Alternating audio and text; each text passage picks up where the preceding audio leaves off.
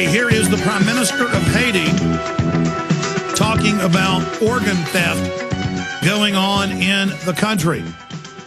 Let's go ahead and go to that clip. Let me talk about the children. Yeah. The children, tens of thousands of them, maybe hundreds of thousands, have been separated from their families, many of them. Families dead, families lost, families moved out. What is being done to corral these children, to register them, to make sure no further harm comes to them?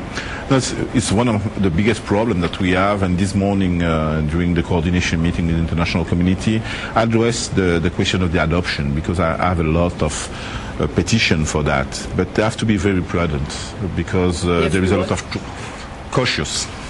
Because there is a lot of traffic in that those kind of. You mean illegal child trafficking? Yeah, even if it's it seems to be legal, but a lot of organizations, they come and they say there were children on the street. We are going to bring them to the States, and we have already reports of a lot of trafficking, even of organ trafficking. Of organ trafficking? Yeah. Now? Now, already. Of the victims of the earthquake? Yeah. So. Do you know that for sure? Yeah, I know that for sure, and it was discussed in Montreal during the conference. And do you know for sure that children are being trafficked now? There is children trafficking for children and adult person also, because they need all type of organs. So. No, but I mean live children. Are they being trafficked now? The report I received, yes. Well, there you have it from the Prime Minister of Haiti. Now, here's the issue. What do you think the CPS does? They're above the law. They swear out fake reports. They do whatever they want.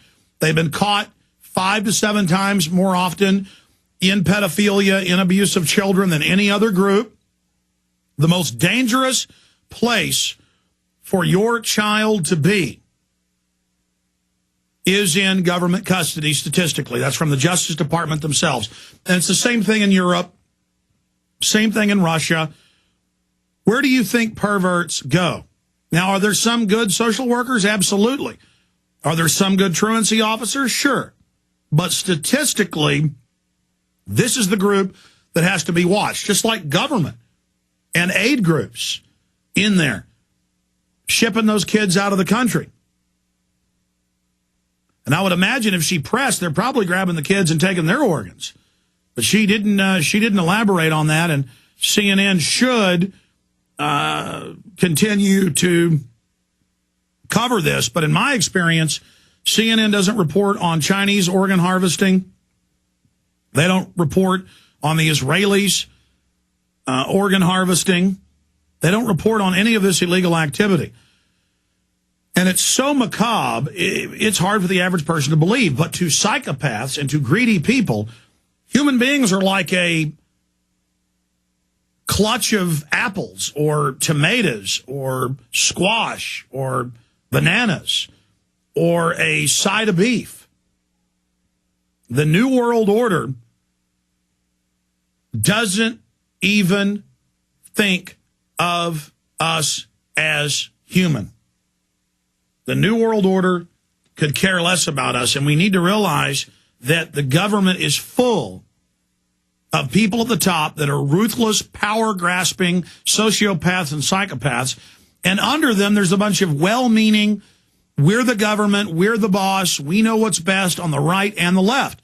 You had all those fake right-wingers call for banning free speech of the liberals under Bush. Now we see the Democrats and their supporters and people in the White House calling for restricting free speech. You see Obama continuing free speech zones, just like Bush did. The whole country's a free speech zone. The whole world's a free speech zone. This is what they're doing, and they're doing this by design in a premeditated fashion.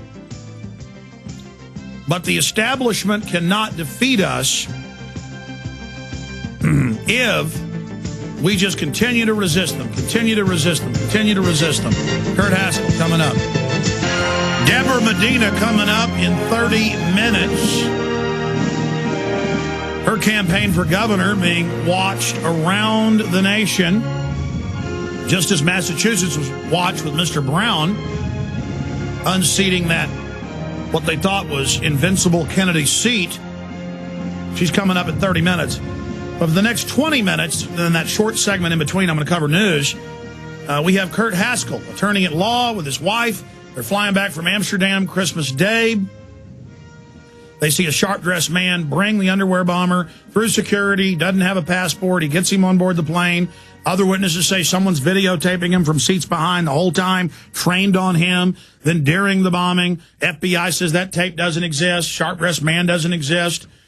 And they said that Kurt Haskell didn't see another man where the drug dog, the bomb dog, once they got to Detroit, the bomb dog runs over. They've got him in the customs, runs over to this guy's bag. They bring him over, bring him behind closed doors. The FBI says, obviously, for your safety, everybody get out of here.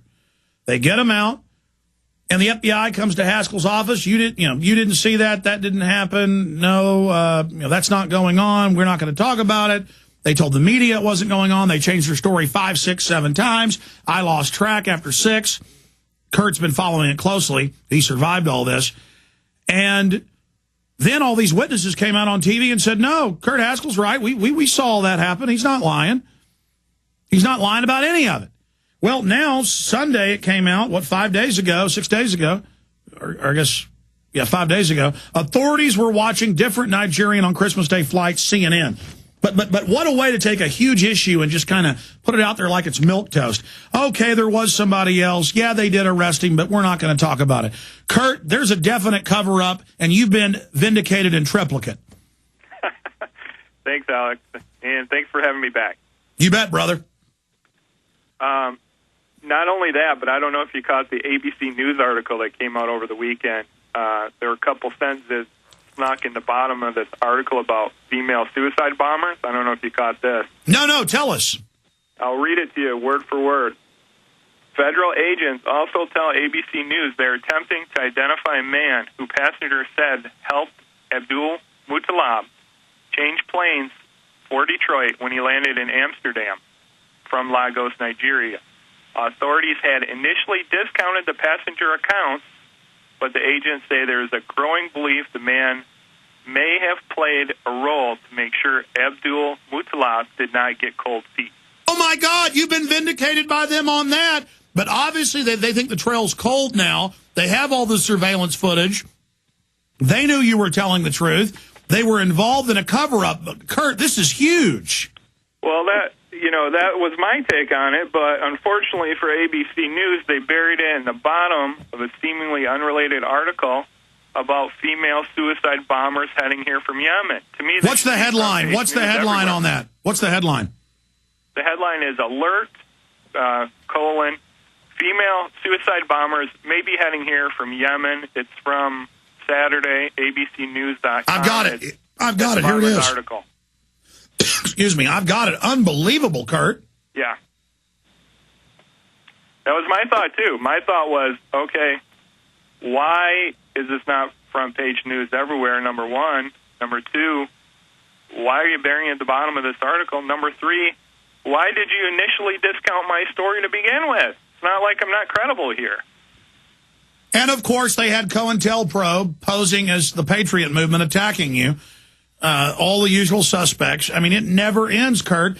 And when you add the fact that there was coordinated lies and stories being told about you, despite all the other witnesses, and you add how they were already getting in Yemen, that's now confirmed, Washington Post, they were planning to already launch a bigger attack, 2,000 troops there, relaunching the naked body scanners. Everything comes together, stage.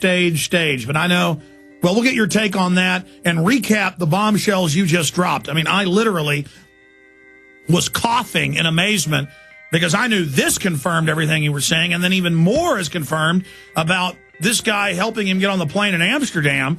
They clearly knew that. And the biggest issue when I come back, the key, straight ahead.